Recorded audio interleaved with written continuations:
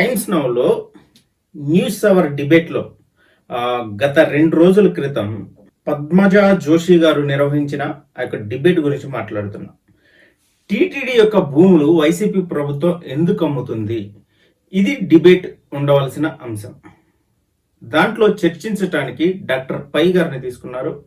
అంతేకాకుండా మన ఆంధ్ర రాష్ట్రం నుంచి గవర్నమెంట్లోనే ఉన్న ఒక ఎంపీ, వైసీపీ ప్రభుత్వానికి చెందిన నరసాపురం ఎంపీ గారు కె రఘురామ కృష్ణరాజు గారిని ఆ యొక్క డిబేట్ లో తీసుకోవడం జరిగింది.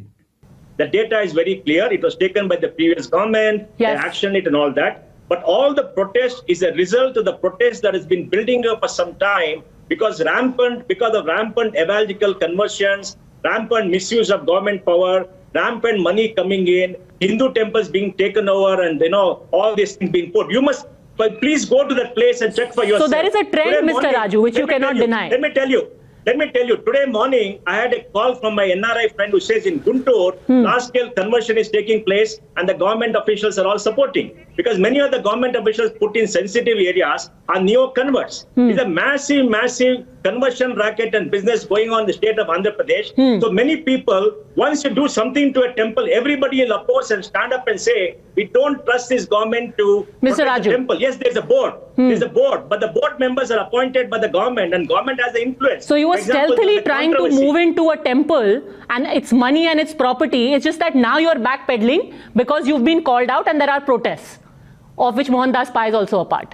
See, with regard to the conversions, I disagree with the part that the state government is supporting the conversions, but yes, the conversions were happening and it is not the order of the day after Mr. Jagannath Reddy took over the charge as the CM. It's been there even earlier, but it has been projected now. While I agree to the fact that the conversions are happening in a big way, but our government is not at all involved in the... Sir, that's a very big concession that you're making. You're saying that in Andhra Pradesh there are large-scale conversions taking place. I don't think conversions are only happening in Andhra Pradesh. Conversions are happening at many places. No, so what is your government doing about it? It is the money power of the Christian missionaries which they are able to pump in from abroad and they are able to spend that money in building the churches. Mr. Raju, what you're saying is explosive. You're saying that money is being used by Christian missionaries to carry out large-scale conversions, and what are you doing about it, sir? No, it is happening throughout the country. What are we supposed to do? It is happening throughout the country. No, sir. Illegal conversions cannot be allowed. Yes, then what Dr. Pai had said is correct. While it is happening throughout the country. India is a secular country. As per our constitution, sir, the use of money and any kind of an inducement is illegal. And if you're saying that large-scale money is being brought in by missionaries, this is a crime. Inducement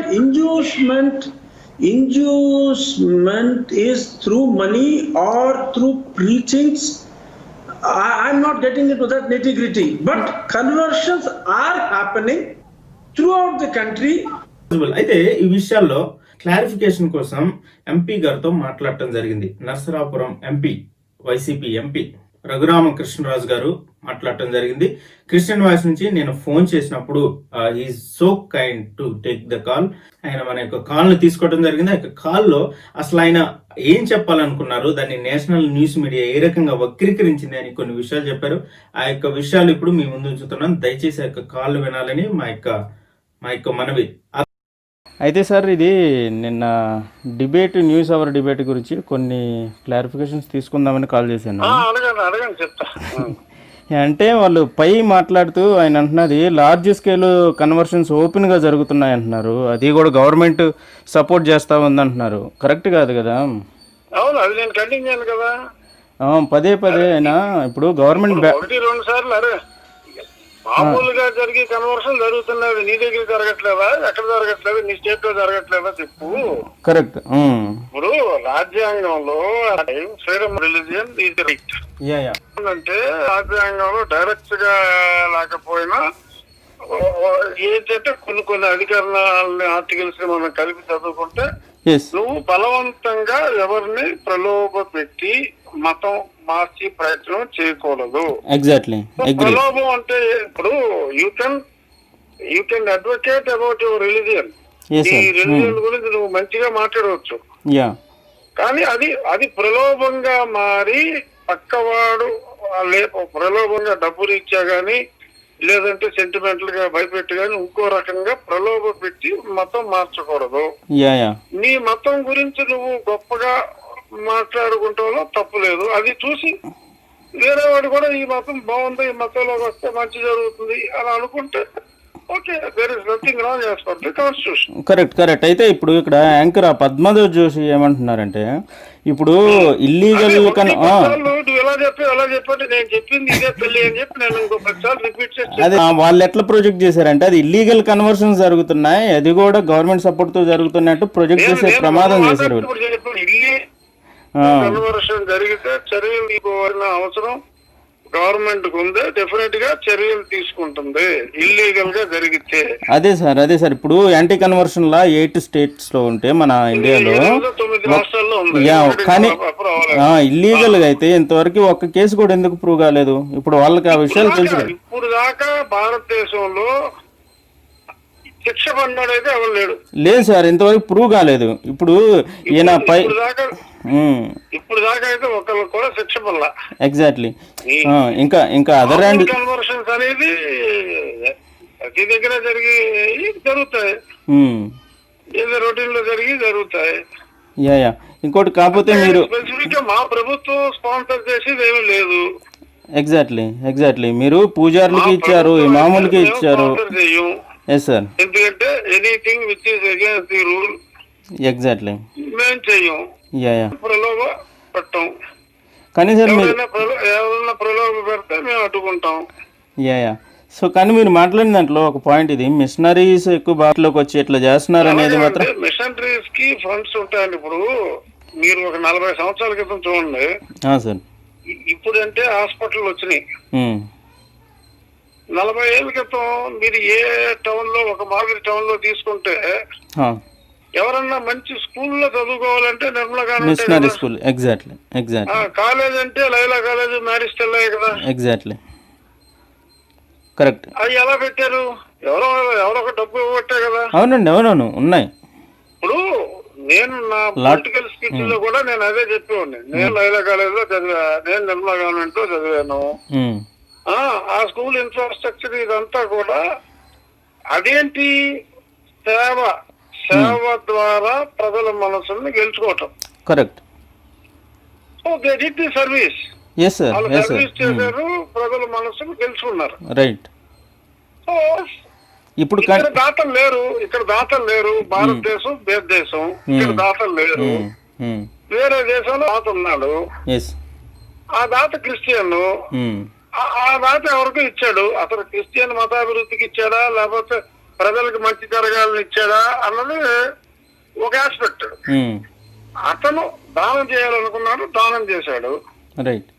ఆ విదేశాల్లో ఉన్న వాళ్ళు 70-80% sir. కానీ ఇక్కడ ఇప్పుడు only దానివల్ల మంచి school వచ్చినాయి, మంచి కాలేజీలు వచ్చినాయి. ఎగ్జాక్ట్లీ. ఇప్పుడు కాలంలో చదువుకున్నాడు, ఎవరైనా ఇన్స్పైర్ అయ్యి జాయిన్ అవ్వచ్చు.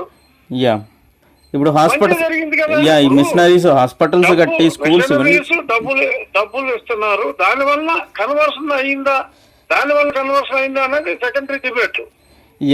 ఇప్పుడు ఇక్కడ మనుషుల దగ్గర మీరు ఇక్కడ మీ దగ్గర నా దగ్గర డబ్బులు తీసుకుని పెద్ద ఇన్స్టిట్యూట్స్ ఆ రోజుల్లో అయితే కట్టలేదు. ఆ రోజుల్లో ఎవరి దగ్గర డబ్బులు లేవు.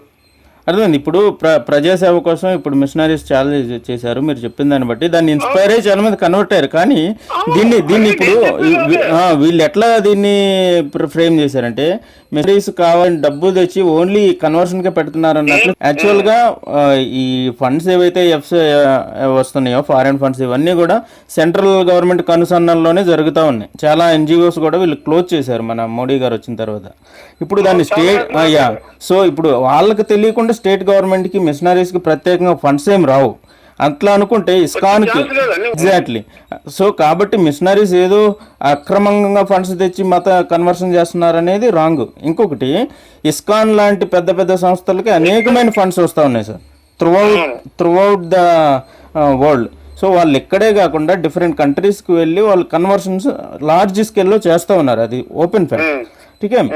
సో అన్ని కండిషన్ ఇక్కడ ఎవరన్నా ఉండి వాళ్ళు కన్వర్ట్ అవుతుంటే వీళ్ళు ఓపెన్ గా గవర్నమెంటే చేస్తుంది అన్నట్లుగా రాజకీయంగా వాళ్ళు మాట్లాడితే పర్లేదు, కానీ దాన్ని మతపరంగా ప్రభుత్వానికి జరుగుతున్న కన్వర్షన్ లోని మీరేమన్నా అనుకుంటే సంబంధం లేదు. ఎగ్జాక్ట్లీ. ఈ సంవత్సరం 31 ప్రమాణ స్వీకారం చేశారు మా ముఖ్యమంత్రి. ఈ సంవత్సరంలో ఏమీ మా పర్సంటేజ్ పెరగలేదు. సో మా ప్రభుత్వం ఇందులో లాక్కండి. అన్ని దగ్గర రొటీన్ లో ఏవైతే కన్వర్షన్ జరుగుతుందో కన్వర్షన్ ఇప్పుడు మతం మారుతుంది కన్వర్షన్ అని అంటారు దాని పేరు. Exactly sir. కన్వర్షన్ అనేది ఇప్పుడు మన రాజ్యాంగం ఫెసిలిటీ